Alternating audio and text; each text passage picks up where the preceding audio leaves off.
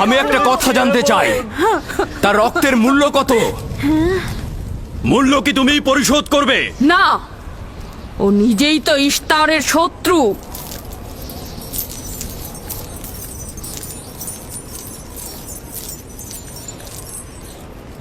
তুমি নিজেই তো ইশতারের শত্রু। প্রথমে তোমার নিজের রক্তের মূল্য পরিশোধ করো। তাহলে আমাকে বন্দি করছো না কেন? বন্দি করো। অগ্নিপিণ্ডের মধ্যে নিক্ষিপ্ত হওয়া তো আমাদের বংশের প্রাচীন ঐতিহ্য। আমার দাদা ইব্রাহিম, উনিও তো একবার নমরুদের আদেশে অগ্নিপিণ্ডের মধ্যে নিক্ষিপ্ত হয়েছিলেন। এখন পর্যন্ত তুমি যে গ্রেপ্তার হওনি, তার কারণ তুমি হচ্ছ গভর্নরের ভাগিনা। তার অর্থ দাঁড়াচ্ছে এই যে আমার মামা গভর্নর লাবান ইশতারে খোদাকে অবমাননা করতে পারে কোনো শাস্তি ছাড়াই। ওকে গ্রেপ্তার করো আর ওর দাদার মতো ওকেও আগুনে নিক্ষেপ করো।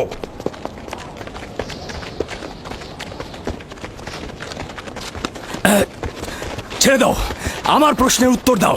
ছেড়ে দাও আমাকে। এই, এখানে কি হচ্ছে এসব?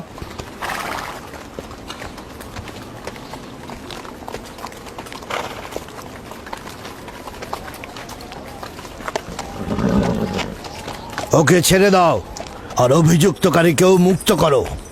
ফারাসের অবশ্যই শাস্তি পাওয়া উচিত। যখন ইয়াকুব জীবনের মূল্য পরিশোধ করতে চায়, তখন তোমাদের কোনো অধিকার নেই ওকে শাস্তি দেবার।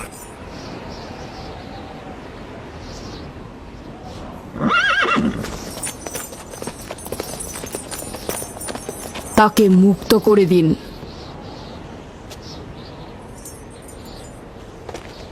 ইয়াকুব, তুমি অবশ্যই ফারাসের জীবনের মূল্য স্বরূপ 500 দিনার পরিশোধ করবে।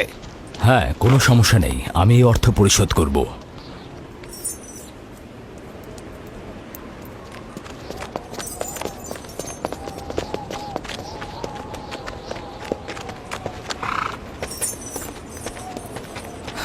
খোদা তাআলা আমার দয়ালু মামাকে হেফাজত করুক। ইয়াকুব, আমি তোমাকে কতক্ষণ এরকম বিপদ থেকে বাঁচাতে চোখে চোখে রাখবো?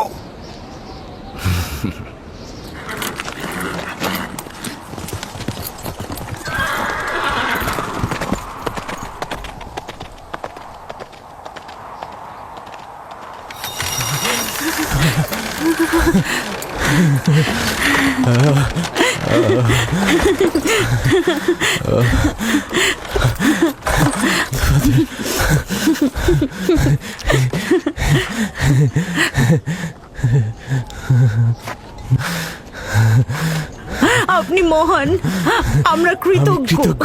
আমরা অনেক কৃতজ্ঞ আপনার কাছে। আমার জীবনের মূল্য স্বরূপ যে অর্থ আপনি প্রদান করবেন, তার বিনিময়ে সারা জীবন আমি আপনার কৃতদাস হয়ে থাকব। আপনি মহান, আপনি মহান। আপনি ফারাজকে মৃত্যুর হাত থেকে বাঁচিয়েছেন। আপনি আমাদের নতুন জীবন দিয়েছেন। হয়েছে হয়েছে, এবার এসো এসো।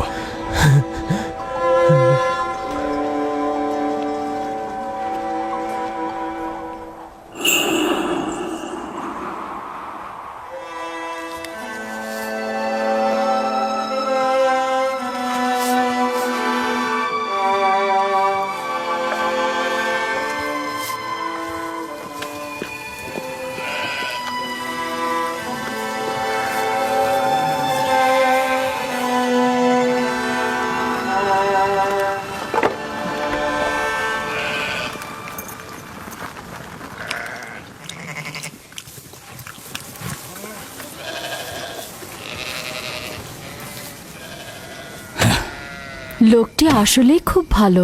আসার পর থেকে শুধু কাজই করে যাচ্ছে। হ্যাঁ, বছরের পর বছর ইস্তার ফাদ্দান ও ব্যাবলের লোকজনকে অন্যায়ভাবে কোরবানি দিয়ে আসছে। আজ তোমার পিতার জন্য আমি ও ফারাজ বেঁচে গেছি। আপনি ওর জীবন বাঁচিয়েছেন বলেই ও ইস্তার পূজা ছেড়ে এক খোদার ইবাদতে মশগুল হয়েছে। হ্যাঁ, তা হয়েছে রাহেলা। আসলে যখন সে মৃত্যুর হাত থেকে রক্ষা পেয়েছে, তখনই এক খোদায় বিশ্বাস এনেছে। আমাদের মুসাফির কখন পৌঁছবে? খুব শীঘ্রই হে খোদার নবী, বেশি দিন বাকি নেই। বছরের পর বছর তোমার সন্তানের প্রতীক্ষায় রয়েছি। যদি খোদা চায় তো খুব শীঘ্রই এই প্রতীক্ষার অবসান ঘটবে।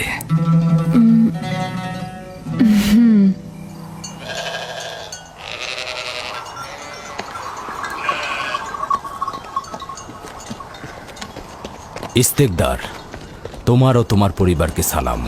তোমার উপরও দরুদ বর্ষিত হোক ইয়াকুব রাখাল। হ্যাঁ, কৃতজ্ঞতা জ্ঞাপন করছি।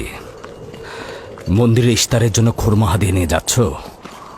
প্রভুদেরকে তো অবশ্যই খুশি করতে হবে, তা না হলে তো এবছর বৃষ্টিপাত হবে না, তাই না? আমার কিন্তু মনে হয় মন্দিরের ইস্তারে চাইতে তোমাদের বেশি দরকার ওই খোরমা। তোমার কাজ হচ্ছে আমাদের খোদাকে অপমানিত করে আমাদেরকে রাগান্বিত করা, তাই তো?